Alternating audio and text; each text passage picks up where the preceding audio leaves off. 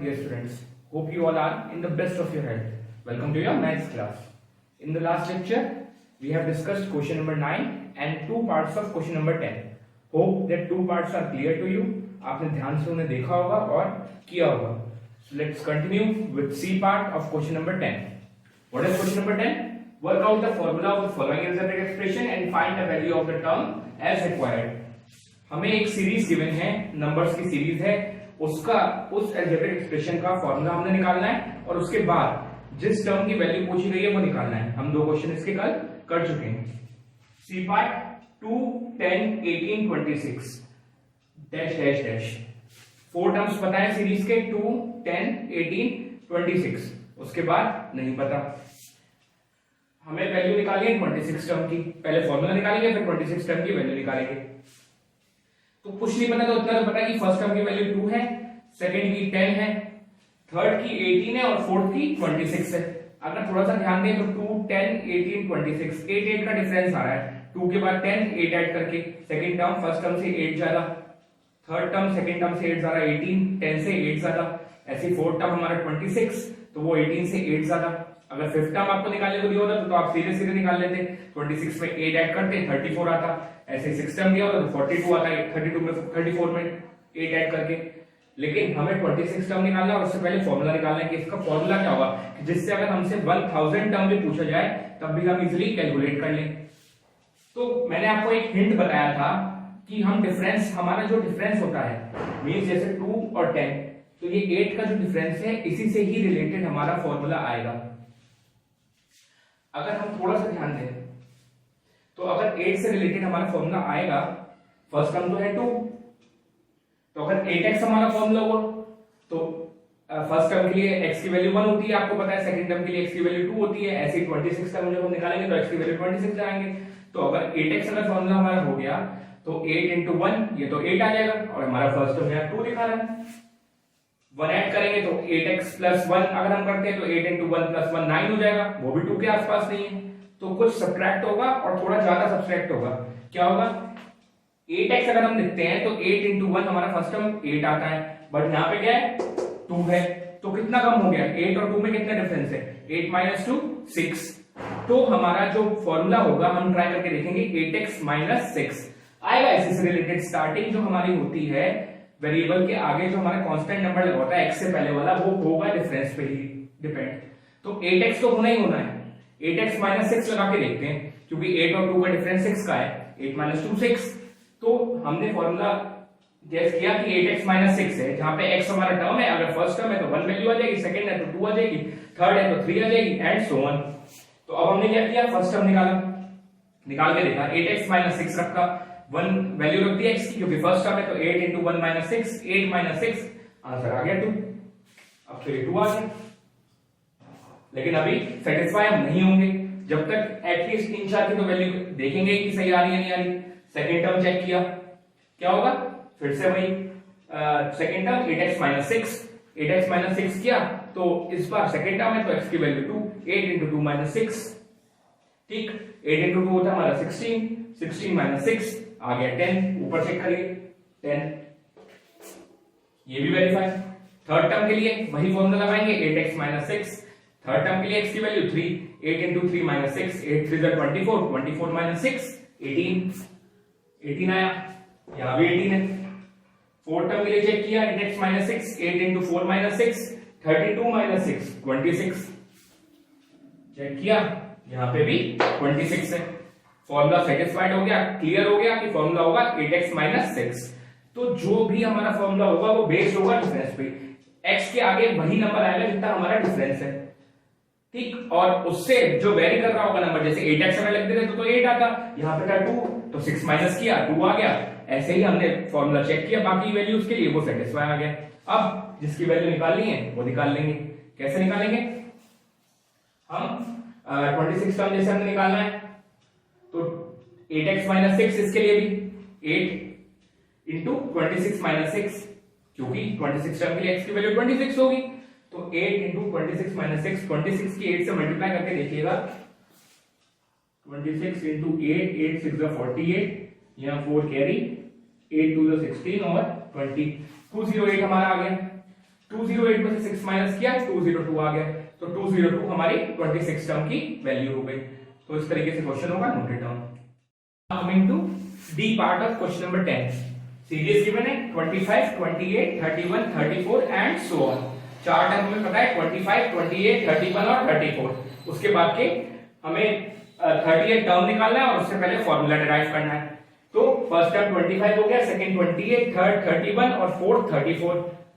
अगर ऑब्जर्व किया तो 25 दूसरा 28, 3 का डिफरेंस 28 25 से 3 ज्यादा, ऐसे 31 28 से 3 ज्यादा, 34 31 से 3 ज्यादा। तो हमारा डिफरेंस कितना हो गया 3 का, या हमारा हिंट आ गया। अब 3 का डिफरेंस है तो 3 से ही हमारा फॉर्मूला स्टार्ट होगा। ठीक, अगर 3x रखा हमने फॉर्मूला, अगर 3x रखा तो फर्स्ट टर्म के लिए क्या होगा 3 into 1 3, तो क्या 3 है हमारा फर्स्ट टर्म, ये तो 25 है, तो यहां तो मैच किया नहीं। लेकिन ये कंफर्म है कि स्टार्ट 3 से ही होगा। अब माइनस होने का भी सवाल नहीं होता कि 3x माइनस कुछ हो जाए, क्योंकि 25 तो वैसे ही 3 से बहुत ज्यादा है, तो माइनस का मतलब नहीं है, तो मतलब कुछ ऐड होगा। अब क्या ऐड होगा ये कैसे निकालेंगे, यहां से फर्स्ट टर्म चेक किया, यहां फर्स्ट टर्म चेक किया तो ये आ रहा है 25, हमारा 3x रखने में आ रहा है 3, इनका डिफरेंस निकाल लिया। 25 में 3 को माइनस कर दिया, 25 में 3 को माइनस किया तो 22 आया, 25 माइनस 3 22 आया। तो 3x में 22 ऐड किया, 3x जो हम सोच रहे थे उसमें 22 ऐड किया, फिर चेक किया कि क्या फॉर्मूला सटीक बैठ रहा है। 25 तो बैठेगा क्योंकि हमने उसको लेके माना है। नेक्स्ट डिजिट्स के लिए चेक करेंगे कि सटीक बैठ रहा है या नहीं बैठ रहा। तो फॉर्मूला हमने किया कि 3x प्लस 22 होगा, ठीक है, चेक किया। 3 फर्स्ट टर्म के लिए चेक किया तो x की वैल्यू 1, 3 into 1 प्लस 22, 3 प्लस 22 आ गया 25। ये तो आ रही था क्योंकि इसको लेके हमने किया था, यहां से मैच कर गया। बट हम सेकंड टर्म के लिए भी, थर्ड टर्म के लिए और फोर्थ टर्म के लिए सबके लिए चेक करेंगे। अब सेकंड टर्म के लिए चेक किया 3x प्लस 22, x की वैल्यू 2 लगेगी सेकंड टर्म में, 3 into 2 प्लस 22, 6 प्लस 22 आ गया 28, यहां भी सही बैठ गया। अब थर्ड टर्म के लिए किया तो 3x प्लस 22, थर्ड टर्म के लिए x की वैल्यू 3, 3 into 3 प्लस 22, 9 प्लस 22 हमारा आ गया 31, चेक किया यहां भी 31, फोर्थ टर्म भी सही बैठेगा। 3x प्लस 22, x की वैल्यू 4 हो गई, यहाँ पे 3 into 4 प्लस 22 आ गया हमारा 34। तो ये जो वैल्यू थी हमारी 3x प्लस 22 वाली, ये सेटिस्फाई हो गई हमारी इस कंडीशन में कि हाँ ये हमारा फॉर्मूला सटीक बैठ गया। So formula is 3x plus 22। Formula मिल गया 3x प्लस 22। अब हम जिस टर्म की वैल्यू पूछी है उसकी निकाल लेंगे। इसी फॉर्मूले पे डिपेंड हमारी वैल्यू होगी, चाहे 1 लाख टर्म की भी वैल्यू निकालनी हुआ है इस फॉर्मूले में लगाएंगे और बिल्कुल ठीक वैल्यू आएगी। तो 38 टर्म की निकालनी है, 3x प्लस 22 हमारा यूनिवर्सल फॉर्मूला हो गया। अब x की वैल्यू 38 टर्म के लिए 30, जो टर्म होता है वही वैल्यू होती है। 38 के लिए 30 लग गई, 3 into 30 प्लस 22, 3 into 30 होता है 90, 90 प्लस 22 112 ऐड किया, आंसर आ गया 112। ये हमारा आंसर हो गया। सिंपल सी बात है, जो हमारा डिफरेंस है उससे हमारा फॉर्मूला स्टार्ट होगा। अगर तो नंबर छोटा आ रहा है तो ऐड कर देंगे, बड़ा आ रहा है तो सब्ट्रैक्ट कर देंगे। Now moving to last part of question number 10 and last question of exercise 7.1। हमारी एक्सरसाइज का लास्ट क्वेश्चन है ई पार्ट, क्वेश्चन नंबर 10। फिर से सीरीज गिवन है 16, 23, 30, 37 एंड सो ऑन। चार टर्म्स गिवन है। पहले हमने क्या निकालना है, फॉर्मूला डिराइव करना है, उसके बाद 45th टर्म की वैल्यू फाइंड आउट करनी है। वही तरीका, first term 16, second term 23, third term 30 और fourth term 37।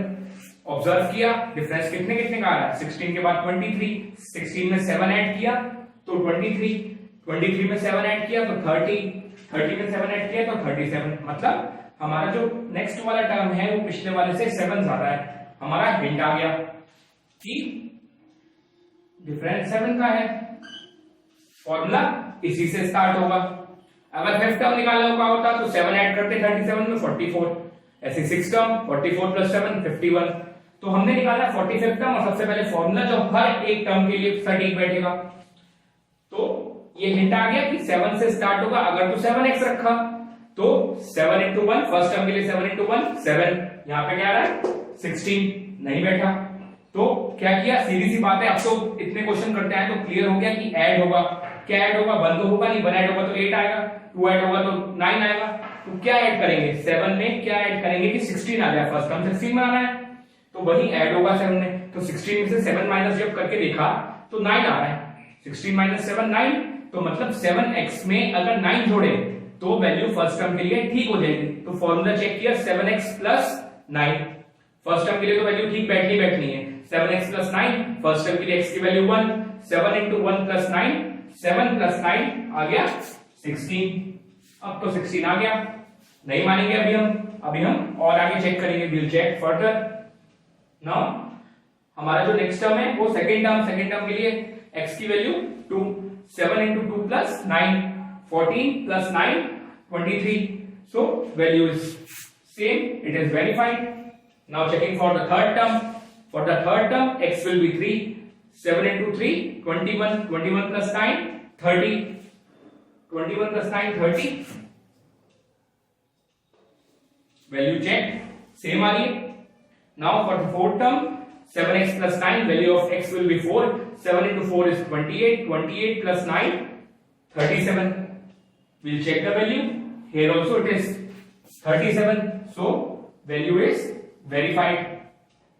So that means the formula 7x plus 9 is correct. हमारा formula verified हो गया कि ये correct है। Now we'll calculate the value of 45th term. अब 45th term की वैल्यू निकाली तो इसके लिए भी वही फॉर्मूला। अब मैंने आपको बताया कि किसी भी टर्म की वैल्यू इस फॉर्मूले से निकल जाएगी।